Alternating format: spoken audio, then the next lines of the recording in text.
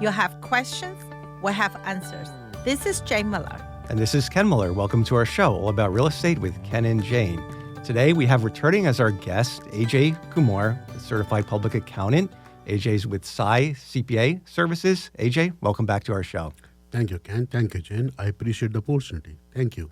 Yeah, so last week's show was quite informative and a very good recap of some general tax principles. Again, it's meant as general guidance for any specific issues. Please consult with your accountant. And if you need a great accountant, please call Ajay. Why don't you share your number with our listeners? Absolutely. Thank you, Ken. My number is 908-380-6876. Again, the number is 908-380-6876. Thank you. So this show, we're going to talk about the fun topic of 1031 exchanges. That's a very interesting and neat topic that the IRS has. So, Ajay, in a nutshell, what is a 1031 exchange? So 1031 is a section in IRS rule book, and it talks about exchanging the real estate property. The rule comes from the fact that if you have an investment property, you're selling it only to buy another investment property. You're not taking any money home. So the premise was, I'm not really selling it. I'm exchanging it. I'm not making any money out of it. Why should I be paying any taxes? And the government said, well, okay, we are okay with that. And that's how this 1031 exchange section was created. There are several rules around it, several restrictions around it. But the premise of the section is you're not taking any money home. I'm just selling one property only to buy another property. I'm exchanging it. Mm-hmm. If anything, I'm putting more money into this next property. You cannot be taking any money. Let's say if you sell the first property A for 100,000, the next property must be more than 100,000. You cannot say, I'll invest 90,000 into the next property and I'll take 10,000 back. That wouldn't work. Otherwise, you have a tax consequence on the 10,000, right? If you don't exchange the full value, or you can't even use that rule. Oh, you can't even use the rule. 1031 exchange rule is broken. So then the whole 1031 exchange is this situation does not qualify for 1031 exchange. It's the premise behind it. I'm not using anything for myself. I'm not selling it. Right. This is really not a sell, Mr. IRS. I'm just exchanging it. Right. I think this is almost like a deferred tax. It's like I sell 100%. one home, I didn't take any money back, and I bought one full, but still left over. I buy the second one. I have to put money Jane, in. Sorry, but you can. It has to be an investment property. Yeah, that's what I'm saying. Investment property. Yeah, it has to be investment A to investment B, and it's very broad. It has to be real property, but as I understand it, the IRS interprets it very broadly. In other words, I can sell a warehouse and exchange that. My replacement property can be a multi-family residential unit. If it's investment, from your perspective, the way we see it, both property are investment properties. Yes, yeah, both properties are physical real estate property. So from your perspective, from Ken's perspective, warehouse, shop, multi-family residence, a parking garage, they're all the same. Anything that's it's an investment property is an investment property. Yeah. This has to be real estate investment. Long time ago. The Starker that I was going to bring up, that was the case, right? There was a lawsuit. They sometimes refer to this as a Starker exchange because I guess there was a lawsuit back a long time ago where... It has a lot of history around to it, yeah. Other than the real estate, there was a time when 1035 exchange was allowed. So there was a section in rule book under 1035 where you could exchange your insurance policies. You have one insurance policy, you could give it up to buy another insurance policy, and you don't have to pay any tax on the proceed. Meaning there was a section for intangible asset where you cannot feel and touch. Now intangible assets have been removed. Now you cannot do 1035 exchange anymore. But 1031 exchange you can still do, and it's limited to real estate. So as long as you deal with the investment, the way the rule is used, especially for millionaires. And you have to understand that a lot of millionaires in this country are created by real estate only. You cannot have a W-2 job and hope to become a billionaire, millionaire ever in your life. That's not how it works. So how is the wealth created? you never pay taxes if you do it right. I was going to say the wealth is created by the college dropouts and high school. No, really, because they're the smart. They're too smart to go to college. So, like, look at the Bill Gates and the guys like I would even still- the Jersey Mike guy. I think when he was 17, he started that are store. And he borrowed some exceptions. money, and I'm just being Yeah, there are facetious, exceptions. I but- would still advise everybody to go to school. Unless you're a genius, and then you don't. But yeah, there I mean, once but- again, yeah. right? Let's do the middle point. You at least get into school. If Right. you Yeah. go to school, you get bored, you Yeah. think that's too easy, you give up. That's one thing. But just purely not study, not Yeah. want to be anywhere, Yeah. and that's a problem. Yeah. Even if right? you want to do business, Yeah.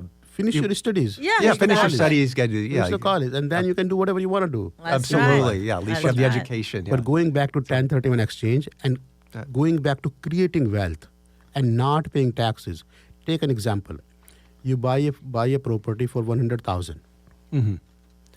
After 5 years, you sell this property for 500,000, only to buy another property. So you don't pay any taxes. The problem is in the second property, in property B, your cost basis is 100,000. Yes.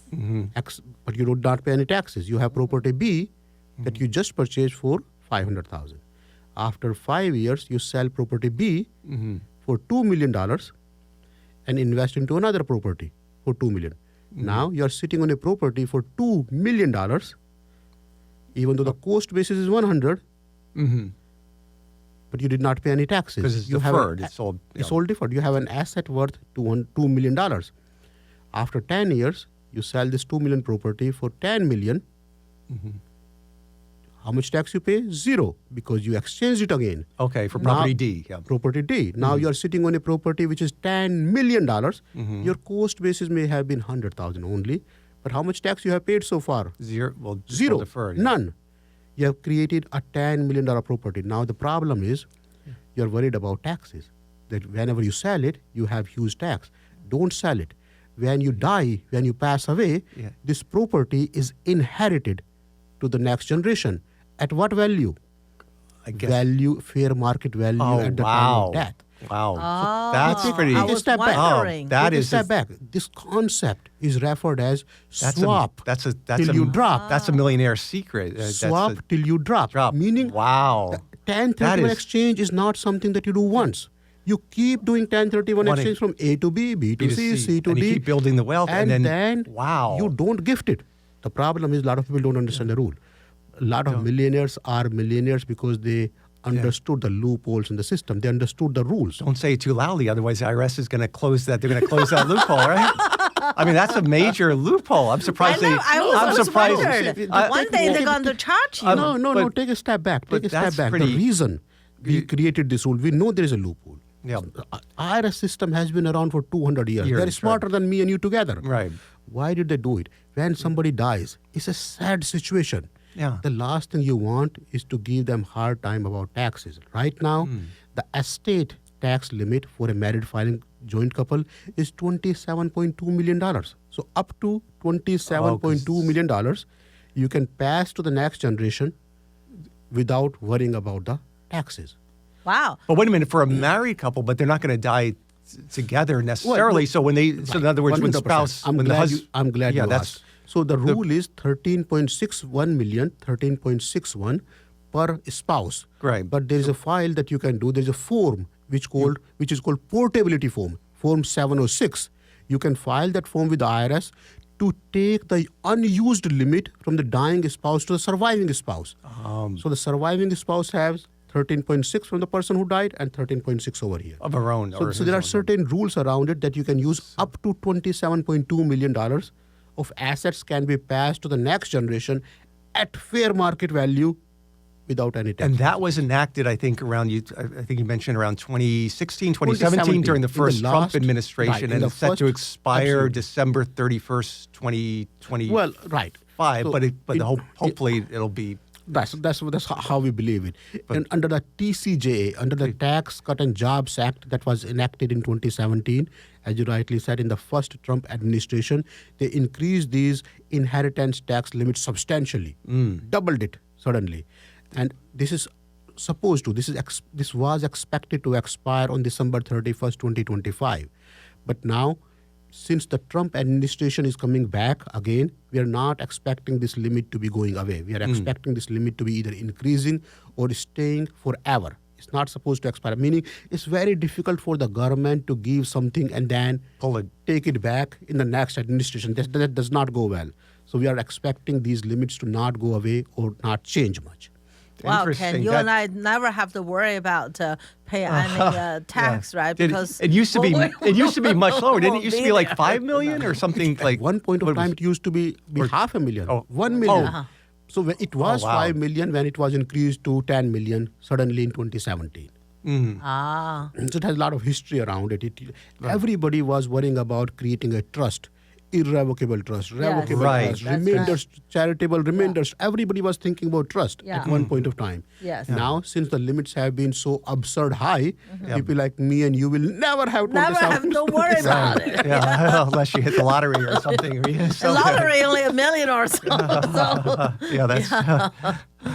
that is That's why a lot of people are not thinking about trust. That the rule that we want people to understand.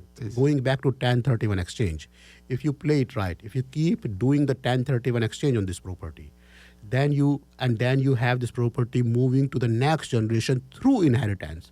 You pass this property at the market value. So in That's theory, pretty- you created an asset for the next generation without paying any taxes. That's the rule here. That's 'cause what we they want people to assume it understand. at the fair market value. That's something interesting. Absolutely. Ken, let's buy more property. Yeah, that, So 100%. that would be passed on to our People kids ask and us grandkids. all the time, what can they do to make more money? And as much as people feel good about stocks going up and down, Yeah. I always advise them to keep some real estate portfolio. Not only Yeah, is diverse. it's good for diversification, it's good to have something that's not going to go substantially lower in value, that you can feel and touch. That's there. they are. Nobody yeah. can It's steal not it from you. intangible like some of the cryptocurrencies, Exactly. which are a whole other exactly. topic. I mean, but I'm not saying don't do that. Do that, but- please consider the Diversification. diversification. Diversification is the key. Now Yep. let's go back to 1031 exchange. There are some rules that we want people to understand. well, why don't we take a short break and we'll be right back after these messages to continue. Okay, welcome back to our show. We're joined with Ajay Kumar, a certified public accountant with SAI CPA Services. And Ajay, please once again give your phone number because I'm sure a lot of people will want to speak to you. Thank you, Ken. My phone number is 908-380-6876. Again, 908-380-6876. Thank you. Yeah. So let's continue our discussion on 1031 exchanges. And I have a question for you. This is more like a theory question. Do you think that it was that the 1031 exchanges were created by the IRS to help stimulate, encourage investments, to as a way to say we're going to give you a little loophole because we want to encourage people to invest in properties and further stimulate the economy? I think so. I mean, there must have been a lot of other reasons, but I believe it does help stimulating the economy. When you are sitting on a large gain and you are forced to invest this money within certain time, the money comes back in the market. Yes. So It makes sense. It Yeah, does so help.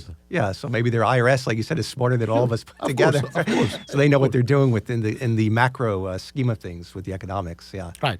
Yeah. So let's break down the 1031 exchange a little bit further and let's talk about the identification period, the replacement period, this mystery entity or person called the qualified the QI Absolutely. Qualified.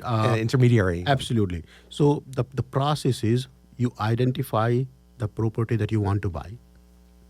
Then you identify the QI, qualified intermediary. And let's define what we mean by QI, qualified intermediary. So the rule is you cannot touch the money. Yeah. Right. If the money comes into your account from selling the first property, the deal is off. Then 1031 exchange is not applicable to you. So the money must remain into somebody's account. Right. I'm sorry to interrupt you, but as I understand it, it must go directly into that person's account because I was reading there was a case, a challenge where the investor had received the check payable to them. They were in physical possession of the check. They never cashed it or never put it in the bank, but by virtue of the fact that they physically held the check that was payable to them for the proceeds, they were deemed in constructive receipt of the proceeds, and the IRS voided any any 1031 exchange. 100%. That's exactly what we are saying. Yeah. That's why you need QI. That's why you need qualified intermediary. The money cannot come to your account. Nor even a check. You can't physically even hold The that money check. has to stay in qualified intermediary's account. So Right. you need somebody. And it could be your attorney, the real estate attorney who is closing the first deal and helping you buying the next property. The attorney could be the qualified intermediary, or a bank could be qualified, or 1031 exchange company. There are companies who will create the documents for you, the exchange documents for you. There are 3 documents. Very simplistic process, very, very cheap process, not expensive. They can act as qualified intermediary. The concept is, the idea is, there has to be intermediary, somebody in between the two transaction who is holding the money. You cannot hold the money yourself. Exactly. I'm agreeing with that case. Mm-hmm. Yeah, very interesting. Yeah. And let's talk about now the identification period. You have the 45 Absolutely. days to, I guess, identify a replacement property, right? And a lot of people see that there are 45 days. What a lot of people don't know, that you can identify more than one property. Meaning, you don't have to be sticking to one property and then creating a situation, I thought I'll buy this, but now I couldn't buy this, or something happened. So in Right. 45 days, you can say, I have identified 7 properties, 5 properties, this. I'm going to buy one of them. And is it a good idea, AJ, for the I think it's a person good to idea identify if- more than one, because for that same reason, if that one deal? Absolutely. I always advise people to have a backup plan, because especially depending on the gain. I mean, if your taxable gain is 50,000, then you don't have to have a backup plan. I mean, in the worst case scenario, you are paying maximum 20% long-term capital gains, and I'm saying the worst case scenario. So it's not the end of the world, but if you have $1 million of long-term capital gain, you That's better a- plan it right. Yeah. Otherwise, you can create a situation where you don't know what to do. Now you are out of the window. Yeah. Is there something that's called a Delaware statutory trust that could be viewed as a fail-safe? In other words, I was learning about that. There's this trust that if worse comes to worse, if you designate a Delaware statutory trust as one of your properties, then there's a way for the investor to put their money into that, and then that would constitute qualifying as a 1031 exchange. That because will the trust would- qualify as intermediary, qualified intermediary. But you can't really put the money into a trust and not invest the money within 6 months. But if the trust invested in terms of into the real estate, into the real for estate. you, that's that The problem is the problem with the concept is, if you are investing money into REITs, real estate investment trust, Trust, right. they call it REITs. right. So the REIT invest into multiple properties. The concept behind the REIT is, there are companies, there are funds that are created. They will not invest into one property. They will invest into 500 different properties. So you buy 0.1% share of each property. By selling one property, if you're selling a physical property, one property in New Jersey, to buy REITs, real estate investment trust, then your risk portfolio is changing.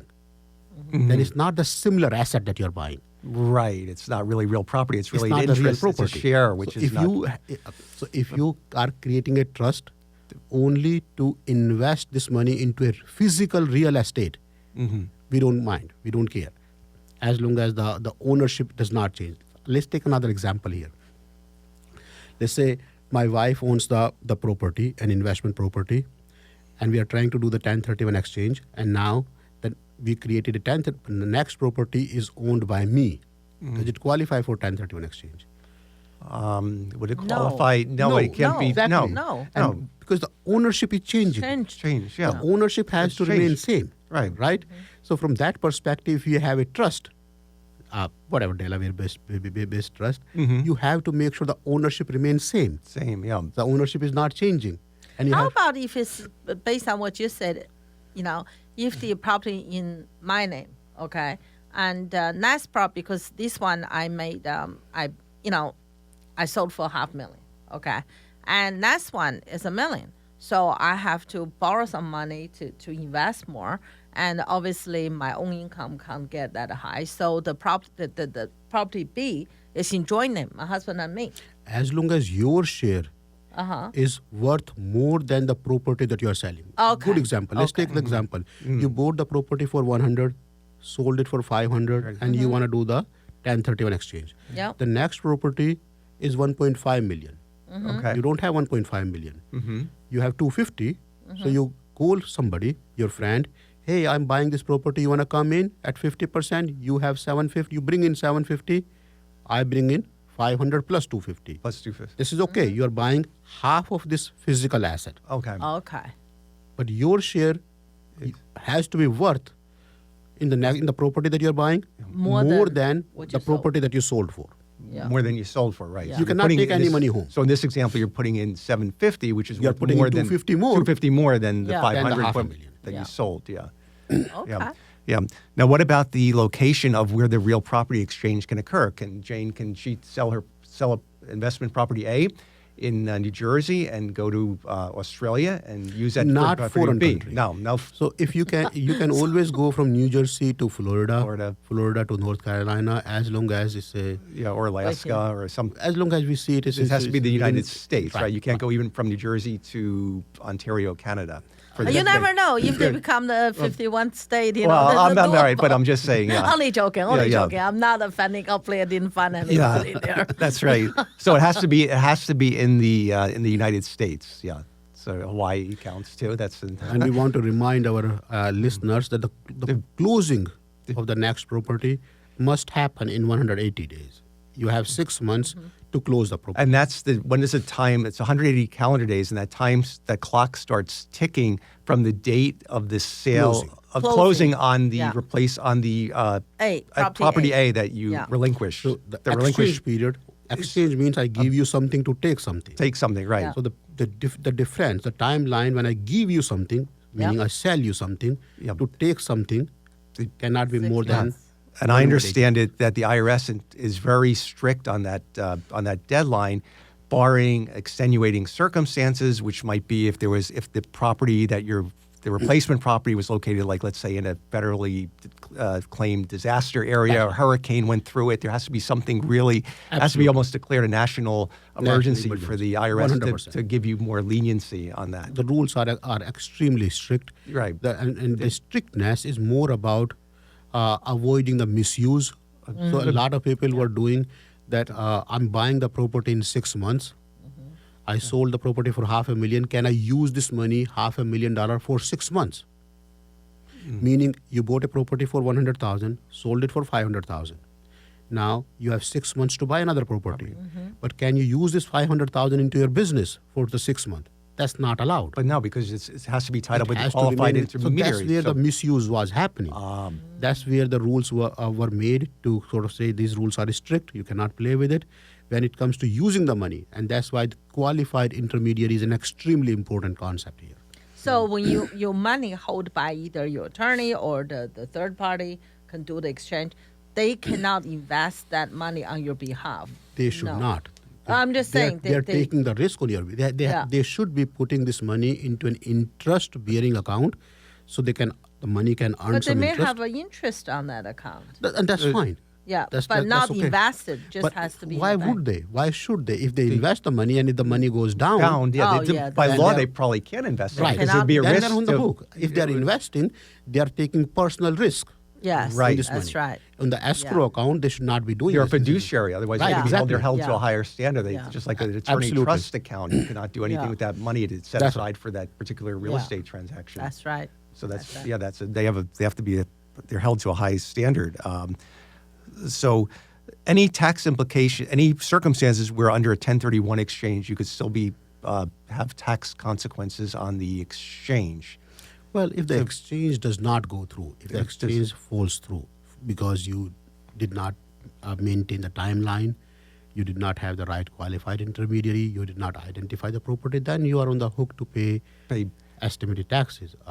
on the bulk gain, taxes on the gain. for the sale of property. A. Absolutely. I have a question. please. Say, for example, 180 days, right? From just happened, identify the property. I did what I could as a buyer. But unfortunately, some cloud title on that side or just some reason is out of my control. So I couldn't close within that time. We don't care. I mean, Oh, if we start okay. if we start caring about it, we'll have a long story from Everyone. every third person. So the rules are extremely strict. As Ken you said rightly, unless it's a federal emergency, unless it's a disaster area, unless we know this is everybody, otherwise think about a situation. Then everybody has a 3-page letter explaining their situation, why they could not do it and why they should be given the relief. Here's a question for you as we wrap this up, Jane. If you represent somebody doing a 1031 exchange and they're looking at replacement property B, is it a good idea if you're their agent representing the buyer of the new property doing an exchange? Is it a good idea to let the seller know who's holding property B that you're subject to a 1031 exchange? At what point is it in the negotiation process? Is it a good idea? You know what? Yes or no? Because that's a very if you tell them the price-wise, you're going to got pay the a upper premium. hand, right? So but you have if to, you don't tell them, and later on everything delays, so usually you know, it should be in the contract at that point. But they said if you represent the buyer, it's usually not a good idea until you put it in the contract, because otherwise you lose your negotiation power because they feel they've got the upper hand because they know the seller knows you're under a time crunch to get that. You know what? done. Sometimes it's really right. I personally did not personally, my client. I represent a lot of clients do exchange. So recently there was they did the exchange. We knew they do exchange. So obviously they paid the market price, I would say. And a home inspection, the buyer become extremely picky. And whatever we agreed on, and then they turned, because I knew they're going to do an exchange. So I thought they're going to be reasonable. Okay. At the end, it wasn't like a seller. They were just purely not reasonable. So at the end, the deal didn't work out. So that was really, obviously, to my surprise, because I thought, they would go through it because, as you said, they could lose exchange. Yeah, right. But once again, sometimes, they probably, at that's the why end, they need backup properties like AJ mentioned, because for that very circumstance. Yeah. But when you are representing the seller, is it a good idea to say, you know what, I can help you buy another property so you can avoid the capital gain taxes? So you have two deals coming together for you? A lot of time, right? Most of my clients, they do it either out of state. And we do help a lot of seller buying a nest exchange. We represent a lot of buyers. But I always tell them, don't start looking yet. We have to finish the home inspection first. Make sure the deal is solid. But you have to start research where you want to be and have a look. As you said, plan B, plan C, plan D. We always make sure because, Ken and I were very, very conservative. We want to make sure of that. So this was a great discussion, guys. I'm sorry we have to cut it short, but we're out of time, and I want to give you an opportunity once again to please share your phone number so people can reach out to you as a great accountant for all their tax issues. Thank you, Ken. My phone number is 908-380-6876. Again, it's 908-380-6876. Thank you. Now it's tax return season, so please call if you need. Call AJ for any help you need. Thank you so much, AJ, for your time and expertise. We really appreciate it. We'll see everyone next week. Have a good one. Thank you. Thank you.